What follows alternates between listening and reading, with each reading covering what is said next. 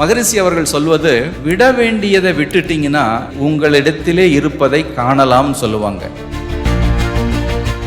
செயலுக்கு தகுந்த விளைவே இறைவனுடைய நீதியா இருக்கிறதுனால தவறிழைத்து பின் பரமனை வேண்டி பயன் என்னன்னு மகரிஷி அற்புதமா சொல்லுவாங்க.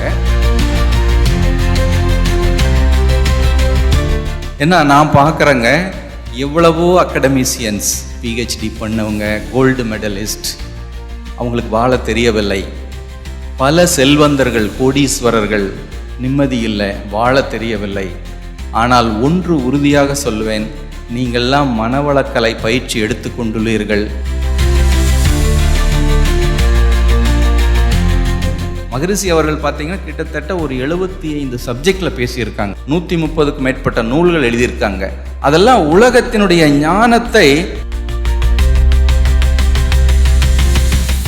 எந்த வீடு அமைதியா இருக்குதோ அது சகல சௌபாக்கியம் நிறைந்த வீடு அப்படிம்பாங்க. அதுக்கு முதல்ல நமக்கு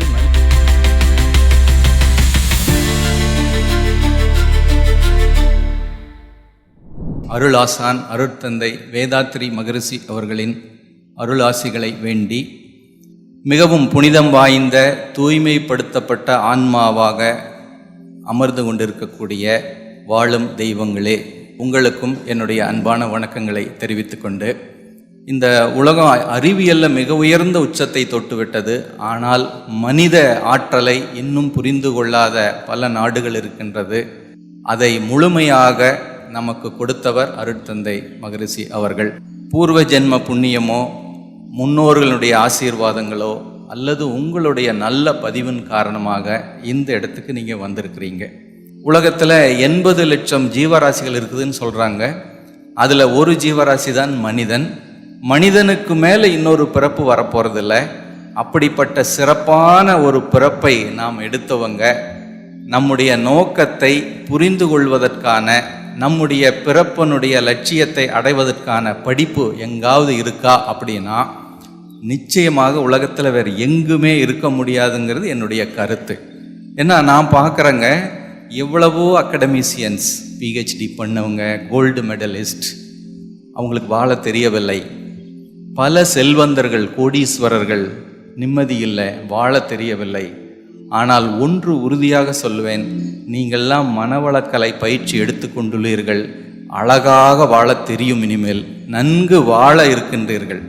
எந்த வீடு அமைதியாக இருக்குதோ அது சகல சௌபாக்கியம் நிறைந்த வீடு அப்படிம்பாங்க. அதுக்கு முதல்ல நமக்கு நல்ல ஒரு புரிதல் வேண்டும். அதற்கு மனம் ரொம்ப ரொம்ப முக்கியம். மகரிஷியினுடைய தத்துவமே மனவளக்கலை அப்படிங்கிறது மனதினுடைய ஆற்றலை சொல்லக்கூடியதாக தான் இருக்கு. அந்த மனதினுடைய ஆற்றலை மட்டும் நாம் தெரிந்து கொண்டால், கடைபிடித்தால், நாம் எதுக்காக பிறந்தோமோ அத்தனையும் நமக்குள்ளதாக இருக்கு. நம்ம முழுமையாக இந்த பயிற்சியை செய்யணும். அந்த பயிற்சியோடு இணைந்து இருக்கணும். மகரிஷி அவர்கள் சொல்வது, அதாவது விட வேண்டியதை விட்டுட்டீங்கன்னா இருப்பதை, உங்களிடத்திலே இருப்பதை காணலாம் சொல்லுவாங்க. நம்ம விட வேண்டியதை விடாம இருக்கிறதுக்கு ஒரு விழிப்பு நிலை தேவைப்படுது. அதற்காகத்தான் தியானம்னு சொல்றாங்க.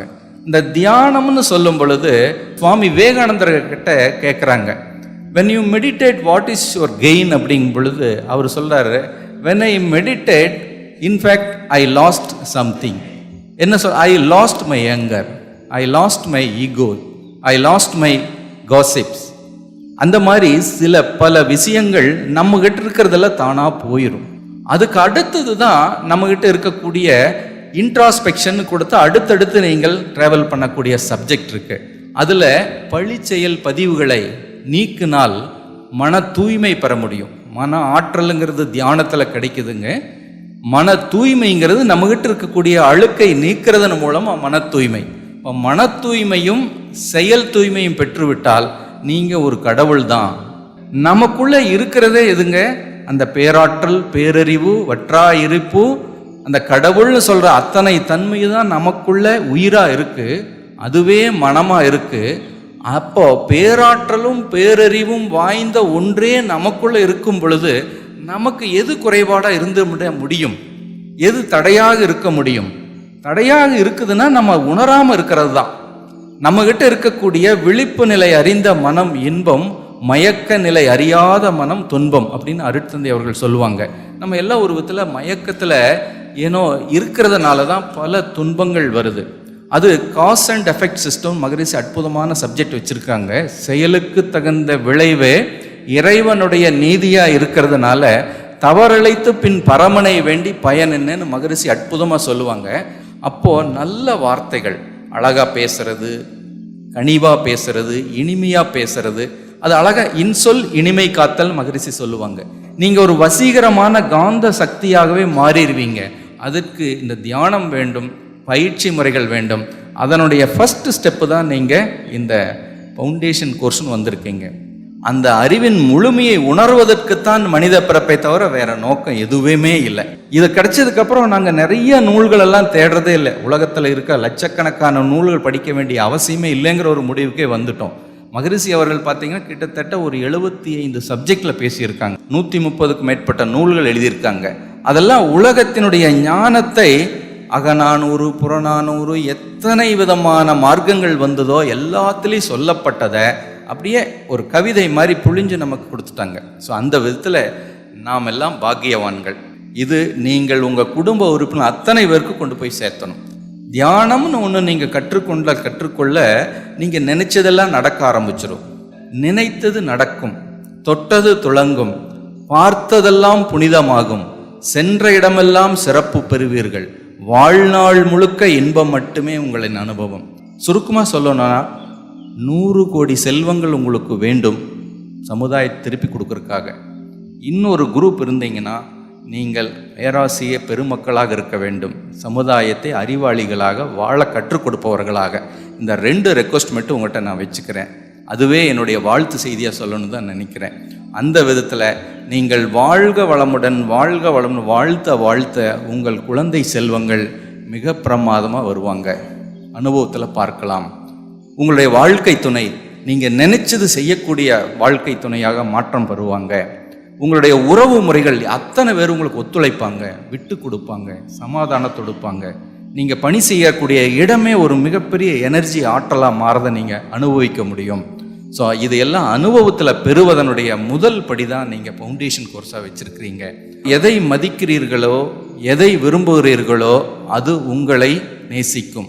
நீங்கள் எதை மதிக்கவில்லையோ, எதை கண்டுக்கலையோ அது உங்களை விட்டு விலகிடும். ஸோ அந்த விதத்தில் நம்ம மனவளக்கலைங்கிற ஒன்றை கெட்டியாக பிடிச்சிட்டோம்னா அது மேம்பட்ட வாழ்க்கையை, மிக உயர்ந்த வாழ்க்கையை, வெற்றியும் மகிழ்ச்சியும் உயர்வும் அனைத்து வளங்களும் உங்களுக்கு வந்து சேர்ந்து கொண்டே இருக்கும் அப்படிங்கிற உறுதியை சொல்லிட்டு, நீங்கள் அத்தனை பேரும் அந்தந்த மன்றங்களில் அறங்காவலர்களாகவோ பொருளில் இருந்தால், இல்லைன்னா பேராசிரிய பெருமக்களாகவோ உங்களுடைய செல்வத்தில், உங்களுடைய தொழிலில் மேம்பட்ட வாழ்க்கை வாழ வாழ்த்தி இந்த வாழ்த்துறையை நிறைவு செய்கிறேன். நன்றி.